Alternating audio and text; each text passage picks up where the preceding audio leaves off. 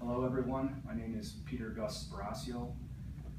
Thank you all for coming. This afternoon I'll be reading a short story that I wrote 7 years ago entitled A Father and Son. This is dedicated to my parents.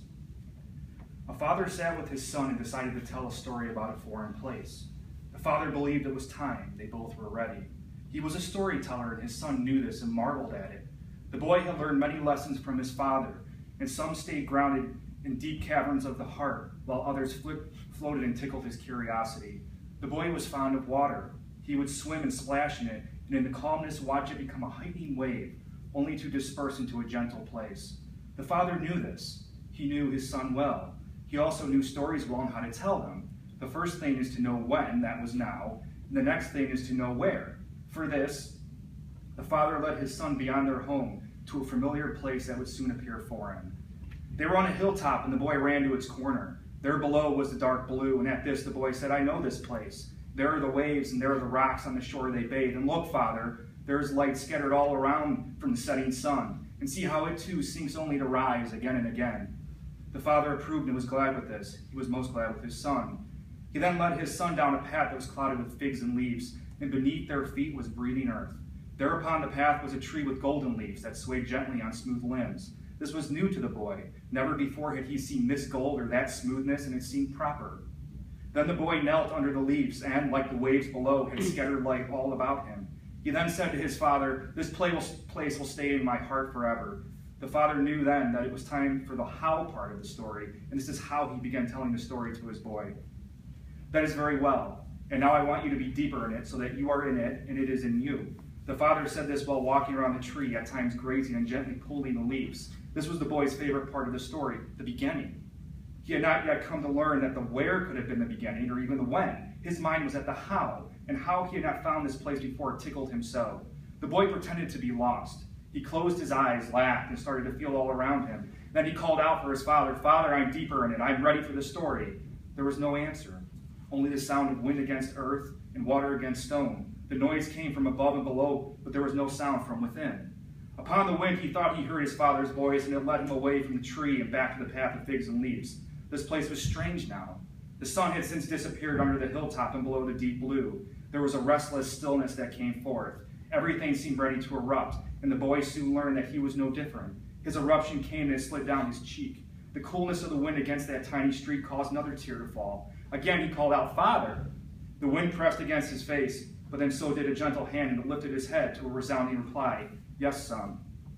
At first the boy was relieved, but then also surprised that he had nearly sat there on the path. "Come, son," said the father. "Our place is now under the tree with golden leaves. Do you remember where it is?"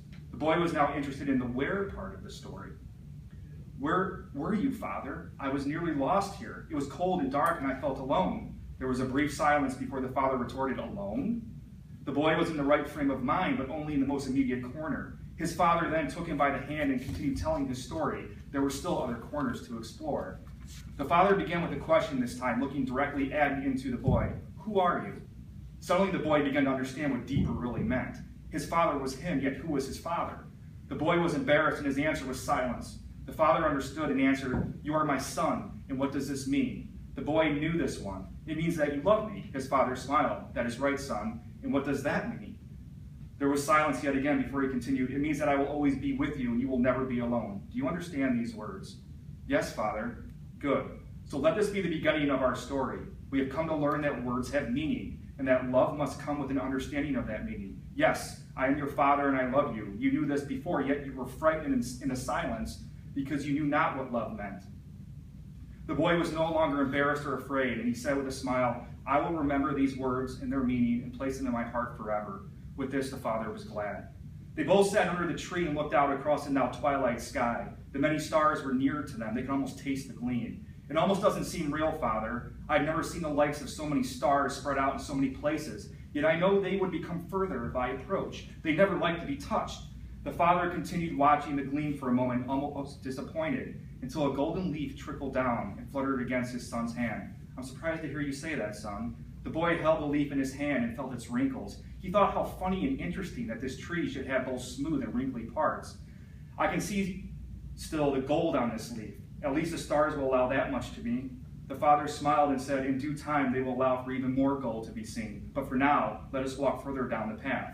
And so they went further down the path until finally they came to a clearing. This place was new to the boy, and he became restless. To him, this was not much of a clearing at all. "Father, I would rather be upon the hilltop. At least there I could see the stars and hear the waves below. This place is crowded." The father continued to walk, and the boy followed. "Son, not everything is what it seems. We have many senses, and they must be used accordingly. You will come to learn that everything has a place and a time, and now our place is here." They stood upon tiny pebbles and rocks, some sharper than others. To the boy, this place was no longer crowded. It felt suffocating. For a moment, he felt dull, that every corner of earth was trying to wield him into a sharp rock and then a tiny pebble, until he was nothing but the dust beneath all else. It was quiet. There were no waves, and the stars were hiding behind the blanket of earth. The boy was next to speak. "Father, this place has no life. If there are trees, I cannot see them, and there is stone and dirt here. Where are the grasslands and the path with figs and leaves?" The father then bent down, and the boy did the same. "Son, the sky covers over and stretches across every corner of earth, and so every corner has some life. These stones, like us, were once clay and have since molded some." The father took a small pebble in his hand and continued, "The rain will wash this place like it washes the hilltop, and all will remain thereafter, but not as it was. Everything will be forever changed. The sky will remain, yet the life within will utter a different echo. There will be echoes of truth and of falsehood. We must remember that there is life in either, yet also that either will be forever changed." The father did not ask if the boy understood. They walked on through the clearing into the trees. The boy began to breathe deeply. The leaves had a golden hue. It seemed they had traveled a great distance, but the father always said distance should never be measured in miles. It can mislead and blindly weaken or strengthen spirits. There are many paths, he would say, yet only a few will lead to your heart. And once there, it is too late to turn away the weakness or strength it may offer. So be mindful of your journey always. And remember that distance should lead to within and not without. And this is where the father was leading his son, to a path within. And all the while it was that familiar place that could seem foreign. It was the deep blue with its roaring waves and salty wind. They had returned to the son's favorite place. Yet this time they were not upon the hilltop looking down below. It was there beside them, peering deeper into them. They could have walked into its waves and floated away like a jagged rock in the stream. The father waited a moment before speaking. There was a star that seemed to shine brighter than the rest, and it was here where he began. "Son, that star is shining very bright tonight. And as you said, it may be very far, too far to be grasped and understood. Yet it is doing its part. That star is shining for us in all other life. We do not have to travel far to do our part, yet we must always be mindful and obedient to it. Our part is found on a narrow path. We cannot walk to the sky, yet we can walk to the stars. And so, son, we must take the path that is afforded to us. As a wise person once said, you may be on a cliff overlooking a place, but will get no nearer to it by staying there. You must travel around further from the place to finally arrive there. And son, here we are at the waves." Indeed, it was a trail, and it was a wonder what or whom had left it there waiting for them. There was a delicacy that could have been shattered by a roaring thunder. Then there was a stubbornness that kept it from being swallowed into total darkness. The trail was distinct, yet also distinctly part of a shifting earth. If a bird flew overhead, it might have seen a changing darkness and a shifting blue. To the bird, the deep blue could have been a moving sand, and the sand a lifeless sea. And even if this bird were to declare from the sea from the sand, that would still leave the greatest wonder of all. Where is the line that separates the two places? And if this bird sought after this line and flew over where it may have been, it may have found an answer. Not all answers, though, end the wonder. Some answers begin new wonder. We do not choose when it comes. Wonder is here, it is now, and it had a father and son seemingly walking upon its infinite trail. Maybe it was this place that made the son think and then become deeper in thoughts of other places with trails. Or perhaps it was the comforting father walking beside him and saying, "We have come to learn that words have a meaning, and that love must come with an understanding of that meaning." But there were no words spoken here. There was a love instead, and it came with a voice that spoke. It echoed from the son's heart. And so this man walking beside the boy was not only a father, he was also a trumpet that sounded an echo within deep caverns of a soul. Words do indeed have meaning, especially when they are spoken from within by a voice other than your own. There was a gentle rain scattering over the sea. Clouds began to hover with the pushing wind, and it was like the beginning of a story. It came as a faint scene. The details were few, yet the expectation was plenty. The father was looking there and said, "There are dark clouds, and it appears rain is falling in the deep blue. Yet, son, should we call it a storm?" The son heard this. The son heard his father, but also the thunder gave shape to the gentle rain. He asked a question instead, "Will it come this way, Father?" Another sound of thunder came crashing. It seemed louder and heavier. "We can only be sure of the path and direction we take, son, yet must always be mindful of the paths others take. This is how we learn and teach. This is how stories are told. We have our path and the path of others to lead us." The son then repeated his father's question. "Is that a storm, Father?" The father smiled and said, "There must be approach on either side for that to be decided. Either we must draw nearer to the gentle rain, or the gentle rain must draw nearer to us. The thunder is a detail within the frame, and we should not draw a character from a single detail, much like we should not draw a story from a single character." The son understood, yet was still lost in thought. His father noticed this and led him further along the shoreline path. It was more visible than before. The twilight was beginning to nestle deeper in the heavens. Now the gentle rain seemingly fell from a clear sky. The clouds were now the scattering type. It was almost a strange sight to behold. The origin of the ripples upon the deep blue was a gentle rain, yet the origin of the gentle rain was a deeper source. The son noticed this and almost tripped on a large rock while doing so. He asked, "I believe there will be no storm, and yet there is still rain. Where is that rain falling from, Father?" The father answered with the question, "Where is the ripple from the pebble that you threw, from the jagged rock you tossed earlier?" The son thought in silence until the father continued, "We are not completely sure of the path other things take, yet are made sure of some things by the impressions they leave. And from these things and places we may approach a deeper meaning of origin. You have this question of origin around your heart and wish it instead to be inside." The father had posed this rhetorically, yet the son understood it different and answered, "Yes, I do." This desire of willingness made the father glad. The father had them leave the dusty path only to stand upon a large stone. They both peered into the deep blue. The son could have considered this place a small cliff or maybe a large rock that stood still in the waves. He could have stepped into the waves, or he could have turned his head in either direction to admire the journey of what lay behind and before them. Despite this, though, nothing could remove the place they're in. The boy was standing still in a place between these other places. At that moment, the father closed his eyes and began singing a beautiful song. The song was like a wave itself, gentle and soothing, rapid and bold, almost moving and gathering, maybe smothering, but in its essence, there was a calmness, and when it subsided, it seemed to wield a path to a distant place. The father was quiet once more before asking some moments later, "Which is more familiar to you, son, the song or its place of rest?" The boy was unsure. He was equally captivated and moved by both song and rest.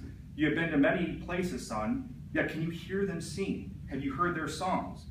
The boy thought for some time and then answered, "I can hear the wind in the trees and the waves against stone and the path beneath my feet, yet I know not if these are songs. They seem more like sounds." The father pressed his hands together. "That is true, son. When a piece of living earth stands alone, it is merely a sound. Yet it is also true that many different sounds can make a song. We can think of these places as having distinct sounds like musical notes, and we should be mindful of their rhythm, for only then shall we hear the harmony it offers. Harmony is the true sound of a song. It is the part that lingers in our soul and offers us remembrance for the pieces of living earth." The boy was slow to this understanding. Perhaps it was the human in him that asked, "And what of songs that don't have harmony?" The father began to sing once more. It was of a different sound, and the boy listened for a harmony. "I can hear many things, Father, and they breathe earth together. Oh, how I wish other things and places could hear this harmony. It is a flowing splendor, and I will keep it in my heart forever." The father had gladness in his song. They were still standing upon the rock when the first light of dawn peeked over the horizon. The gentle rain appeared to be gentler now in the distance. The boy could hear the echoes of his father's song in his heart. Its harmony was now familiar to him, and this made him both glad and restless. He did not know why there was this mixture of desire. This made him listen closer for the echo of harmony, and he began fearing for its loss. He turned to his father, almost falling off the rock and into the waves, almost pleading, "Father, I fear I can no longer hear the song. I have it in my heart somewhere, yet it appears to be lost in other desire." The father smiled and took hold of his son's arm to strengthen his stance. "Harmony can never be lost. You need only look to other places and hear other songs that will offer you the remembrance, such as now. Can you hear the song on the wind? It comes from afar, near the gentle rain." The boy turned and faced the deep blue, which looked clearer than before, and tried to listen. "No, I cannot, Father. Sadly, I do not even hear the different sounds. Where are the notes? It seems like noise now." The father understood his son's fear and said, "Take heart, son, for even in noise we will find the harmony. Come, let us return to the shore." They sat upon the smooth shore and watched the earth slowly come alive. There was an orange blemish upon a faint blue frame. It was like an unfinished painting. The colors in the sky were oddly shaped and mixed, yet in a manner it seemed precise. The father and son were observing the scene when the father spoke once more. We expect there to be a sunrise, and we have an expectation for it. Yet we do not always ask how it is done. We do not always ask how the things and places work. Why is this? We may expect and even desire there to be certain color and choice places. Yet do we ask the sunrise to direct itself in relation to us, or do we direct ourselves in relation to the sunrise? We leave the entire thing to chance, yet have expectation and desire for it. Is this a strange thought? The boy thought, but not as long as before, and replied, I have learned there are songs of harmony and songs of noise. They do not mix, they cannot mix. Yet still I fear that the sunrise could be bent to noise and not harmony. The line between the two could be delicate or swallowing. A place without harmony is a grievous thought, Father. The son's mission pleased his father. They both stood and, led by the father, began to walk further down the coast. The orange blemish was now a dull yellow, and the faint blue frame remained as cascaded sketching. This frame had few clouds now, and there was a breathing life in the earth. Its infant sounds could be heard. The father was looking into the faint blue frame when he said, Son, I can sense that you still fear for harmony's loss. You are right to fear, though, for fear keeps us alive. We must be alive and awake. Fear can wrap us in slumber and taint our dreams, or it can heighten our senses. And now, son, we will use this fear to learn more of harmony. For harmony is more than a song we hear from within. It is also texture for us to see and touch. Look, son, to the deep blue where the gentle rain is falling. Perhaps a boat is there with men and women braving the waves. They may even be carrying seed or food to their village. From the beginning, each person on the boat must do their part. There must be those who plan and sail, those who maintain the boat, those who choose the seed to plant, and those who catch the fish. But all must do their part in the middle as well, for the gentle rain could instead be a storm, and there a bold lighthouse and its keeper may pave the boat's path with a golden beam. And imagine, son, each in the village doing their part upon the boat's triumphant return. There are those who may tend to the fish and those who plant the seed. They would prepare a glorious feast. They would each serve and do their part for harmony. They would each be as notes in a song or ripples upon water. It need not matter which are smooth or jagged. They each were there and left their impression. Son, when you cannot hear the harmony of life from within, search hard and find where it rests. Come, now the rays of morning will light our path to new things and places. The stars have again done their part, lighting our path until the coming sun. This is a story of a father teaching his son and a son learning to love and trust. On this night, the father had taken his son upon a path that led to the stars. Now they were to walk a new path leading to the rising sun. Again, the path would begin under a tree that stood resting beside a trail. They sat underneath and watched the horizon birth a new beauty. Slowly it crept upwards until the sea's waves glimmered in gold. It was a familiar sight for this father and his son. The place was harmony. The son's glance never departed from the rising sun when he said joyously, I understand your story, Father, and my song will be heard amidst the questions and the answers of the earth. I will have my story to share. The question is when, and my heart sings now. At that moment, a golden leaf fluttered down from a tree and fell between the father and son. It was both smooth and wrinkled. The father and his son began singing together. Their harmony was home.